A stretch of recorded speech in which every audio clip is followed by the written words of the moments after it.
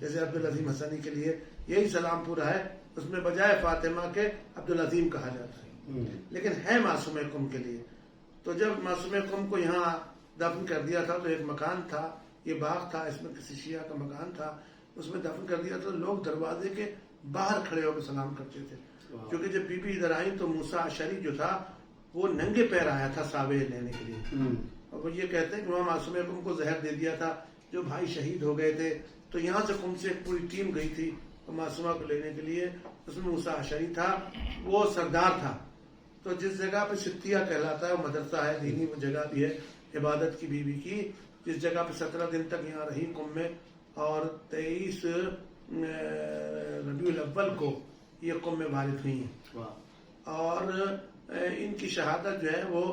17 دن کے بعد ہوئی ہے، تو اسی حساب سے یہ شہادت منائی جاتی ہے ان کی۔ تو موسیٰ اشعری جو تھا اس نے یہ دستور دے دیا تھا کہ یہ جو ستیہ محلہ ہے اس کے مرد جو ہے نا وہ اس میں نہیں آئیں گے جب تک معصومہ ہے۔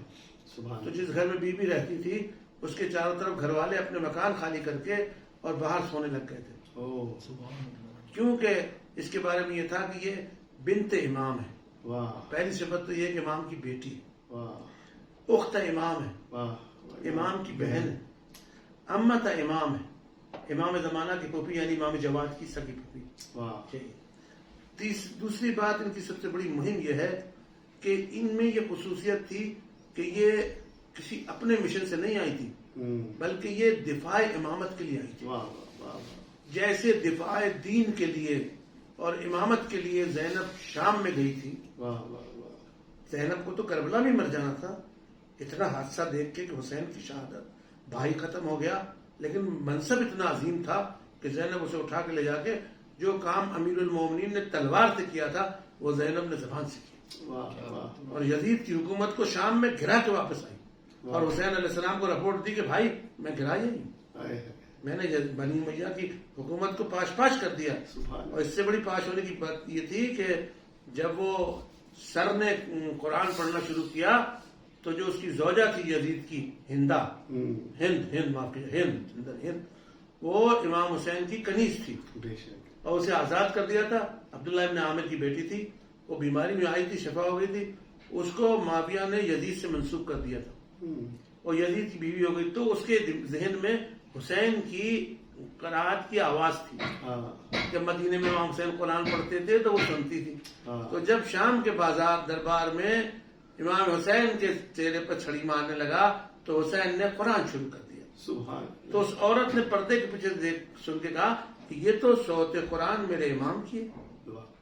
یہ تو میرے امام کی بات۔ تو اس نے کہا کہ بھلے یہ حسین کی آواز، کا حسین کہاں سے آ گئے ظالم کیا، کہ وہ تو نہیں آ سکا، اس کا سر ہے، اور کون ہے، کہ اس کی بہن بھی ہے۔ تو وہ چادر پھینک کے باہر آ گئی یزید کے سامنے، لوگوں کے سامنے، تو یزید نے اپنی آبا ڈال دی، اس نے آبا کو اٹھا کے پھینک دیا، کتنی عظیم خاتون تھی، یہ کہہ کے پھینکا کہ شرم کر، رسول کی بیٹی بے پردہ اور میں اس کی کنیز باپردہ۔ اس کی معلوم ہے یہ اولی حملہ تھا زینب کا جو بنی امیہ کو گرا دیا، جس پہ یزید تیار ہو گیا کہ ان کو آزاد کروں گا، ان کے رکھنے تو مرنا، وہیں لا کے اس مکان میں گرا کے مارنا چاہتا تھا۔ جب رقیہ بنت سکینہ بنت حسین کی شہادت ہوئی اسی ایام میں، تو ایک تو بی بی وہ تھی جو کہ امام حسین علیہ السلام نے جسے اپنی امانتیں دے کے بھیجا تھا، تنہا زینب تھی جسے جب جانے لگے تو امام سجاد کی جگہ اسے بنا کے گئے تھے اپنا امین، امام حسین علیہ السلام کہ تو امامت کو بچانا، کیونکہ زینب نے کربلا میں امامت کو بچایا ہے، سید سجاد کو جب قتل ہو رہے تھے تو خود اپنے آپ گرا دیا تھا۔ ایک تو معلوم ہو کہ ولایت کی دفاع سے شخصیت بڑھ جاتی ہے، دوسری دفاع جو تھی وہ معصوم قم نے مدینے سے چل کے کی تھی، کیونکہ امام کاظم علیہ السلام کے 18 بیٹیاں تھیں، اور بہت سی بہنیں اس کے بعد میں آئیں، لیکن یہ بی بی چونکہ ایک ماں اور ایک باپ تھے، ماں ایک ہی تھی ان کی اور امام رضا کی، 2 بھائی اور 1 بہن، یہ ایک ہی ماں سے تھے۔ ایک امام زادہ ان کا بھائی ان کا حسن ہے، وہ مہران بارڈر پہ ہے، اس کی بہت بڑی بارگاہ ہے، اور ایک امام رضا اور ایک معصوم قم، لیکن معصوم قم اور امام رضا یقینی ہے کہ دونوں ایک ہی ماں سے تھے، اس لیے امام رضا اس کا بڑا احترام کرتے تھے۔ جب مدینے میں اس کو دیکھتے تھے تو کہتے تھے انتا معصومہ، ان کا نام معصومہ نہیں ہے، ان کا نام فاطمہ ہے، فاطمہ ہے، لیکن معصومہ اس لیے کہتے تھے کہ امام رضا نے کہا تو معصوم ہے، تیرے پاس کوئی معصیت ہی نہیں، تو عصمت میں ہے۔ جب امام رضا وہاں سے نکلنے لگے تو پہلی بیوی تھی جو بے ہوش ہو گئی تھی، امام رضا پھر آئے دوبارہ سننے لگے، اور یہ ظاہر ہے کہ پھر امام رضا نے 2 سال تک قید میں رہ کے، مامون رشید کی قید ہی تھی بڑا سا، ان کو خط لکھا تھا معصوم قم کو۔ آنے کا ریزن یہ تھا کہ معصوم قم ہم تو نہیں آ سکتے، یعنی یہ بتایا تھا کہ میں تو اسیر ہوں، مجھے نہیں آنے دینا معلوم، اور اسی بنا پر اس نے زہر جلدی دے دیا کہ جا رہا ہے، البتہ تم ان سے ملنے کے لیے آ جاؤ۔ تو اس نے اعلان کیا تھا کہ میں رضا سے ملنے کے لیے جا رہی ہوں۔ ادھر سے مامون رشید نے یہ اعلان کر دیا تھا کہ یہ بادشاہ ہو گئے، وزیر ہو گئے، جانشین ہو گئے، میرے جانشین ہو گئے، اب عیش و عشرت کی زندگی بسر کر رہے ہیں۔ معصومہ نے اعلان کرا دیا، پہلی عورت تھی جو اکیلی نکلی، زینب حسین کے ساتھ آئی ہے، بے شک، لیکن یہ بی بی اکیلی، بھائی تھے ظاہر ہے، لیکن کاروان تھا، لیکن وہ جو حسین کی بات ہے وہ دوسروں کی بات تھوڑی ہو سکتی ہے۔ یہ آئی بی بی اور نکل کے وہاں سے آئی، اور یہ کہتی ہوئی آئی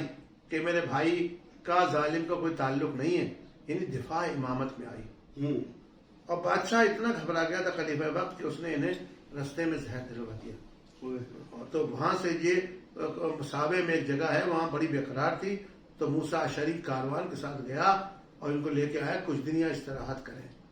پھر اس کے بعد مشہد جائیں، کیونکہ صحابے سے مشہد کا رستہ نکلتا تھا، ان کو ادھر لایا قم میں، چونکہ ان کے پاس وصیت تھی، ان کے باپ کی کو نصیحت تھی کہ تم قم چلی جانا، میرے شیعہ ہیں، تم وہاں آباد ہوگی، ظاہر ہے بغیر مقدمے کے تو نہیں آ سکتی نا۔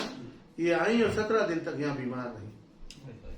اب اکیلی تھی بیوی، عورتیں پرستار تھی، لیکن سب سے بڑی بات یہ تھی کہ کتنا ہی کیوں نہ ہو کوئی قبر میں اتارنے والا محرم ہو، عورت کے لیے سب سے بڑی شرط ہے۔ تو جب ان کی شہادت ہو گئی اور ان کے غسل و کفن دے دیا، تو یہ قادر نامی شخص تھا، اس کو لایا گیا کہ تو بوڑھا ہے، تو بی بی کو اتار دے، وہ بڑا زاہد تھا۔ تو ابھی وہ قبر کے پاس معصومہ کی میت رکھی تھی کہ قادر قبر میں اترنے والا تھا، دیکھا کہ 2 شخص جن کے چہروں پہ نقاب پڑی ہوئی تھی، اور انہوں نے آگے کہا کہ ٹھہر جاؤ، لوگ حیرت ہو گئے، ٹھہر گئے دونوں شخصوں کے سامنے، اور بی بی دو عالم کو ان دونوں نے، ایک نے دیا اور ایک نے لیا، دونوں نے قبر میں اتار دیا۔ اب ظاہر ہے کہ معصوم قم پہ میرا سلام ہو الی یوم القیامہ۔ ایک بات تو بی بی نے یہ ثابت کی کہ میں اپنے بھائی کی دفاع کے لیے جا رہا ہوں، دوسری یہ ثابت کی کہ امام رضا کی قول کو تصدیق کیا کہ امام رضا نے فرمایا جو میری زیارت کو آئے گا میں اس کی زیارت کو آؤں گا مرتے وقت قبر میں۔ تو معصومہ نے کہا دیکھو ایسے آتے ہیں، چونکہ پہلی زبان ہے امام رضا کی، ابھی امام رضا کی شہادت نہیں ہوئی تھی، زندگی میں زیارت کرنے جو آئی ہے وہ معصوم قم، اور ابھی تک زیارت اس کی جاری ہے، تنہا بی بی ہے، یہ تو زیارت پہ آئی تھی نا، اب اسے بٹھا لیا اپنے پاس۔ اب یہ پہلے امام آئیں گے تو میں سمجھتا ہوں یہ زیارت کرنے جائے گی، اس کا کاروان جاری ہے، یہ ابھی زیارت نہیں پہنچ سکی نا، امام آئے تھے اس کے پاس، یہ تو ابھی امام تک نہیں پہنچ سکی نا، اس لیے اس بی بی کو یہاں بڑے احترام سے موسیٰ اشعری نے عورتوں کا پہرا کروا کے، اور وہ 2 جو نورانی صورتیں آئی تھی انہوں نے قبر میں اتار کے، یہ ہول ہو گئی تھی لوگوں پر کہ یہ قبر اتنی محترم ہے کہ اس میں اس کی طرف کوئی جا نہیں سکتا، اس قدر جلال تھا معصوم قم کا، اور اس قدر اس کا بکا تھا امام حسین علیہ السلام پر کہ تاریخ میں ہے کہ کسی نے صبح آ کے علی اصغر کا ذکر کر دیا تھا تو شام تک معصومہ کے آنسو بند نہیں ہوئے، اس قدر کریمہ ہے۔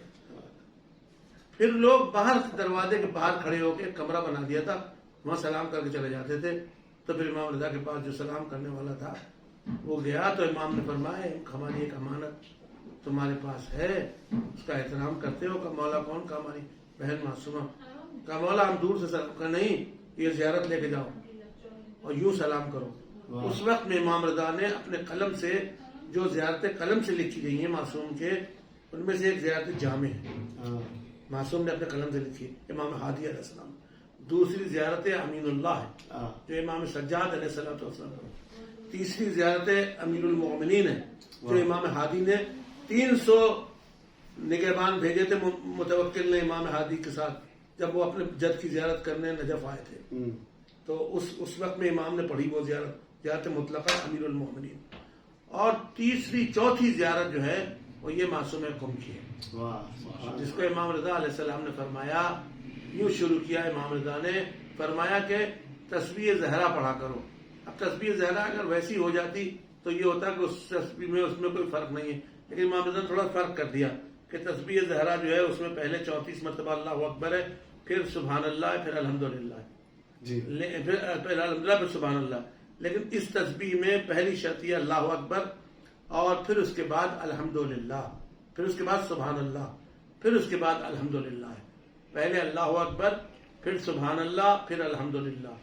یہ مختلف ہے تھوڑا سا تسبیح زہرا سلام اللہ علیہ میں اور تسبیح معصومہ قم میں. اور امام رضا نے کہا پہلے یہ پڑھو 34 مرتبہ یہ، 33 مرتبہ وہ، 33 مرتبہ وہ، ایک مرتبہ لا الہ الا اللہ، اور پھر پڑھتا ہے پھر یہ کہو کہ السلام علی آدم صفوۃ اللہ. ہاں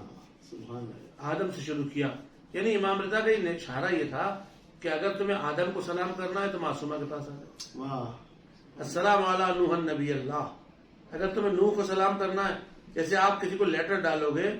اور یہ ہمارے ایک دستور ہے کہ اگر امام زمانے کو خط لکھو تو کہا یہ کہو یا حسین بن رو. حسین بن رو کو دیا جا رہا ہے نا، تو امام رضا نے کہا اگر آدم کو سلام کرنا ہے تو معصومہ کو دے دو، نوح کو سلام کرنا ہے تو فاطمہ معصومہ کو دے دو، واہ.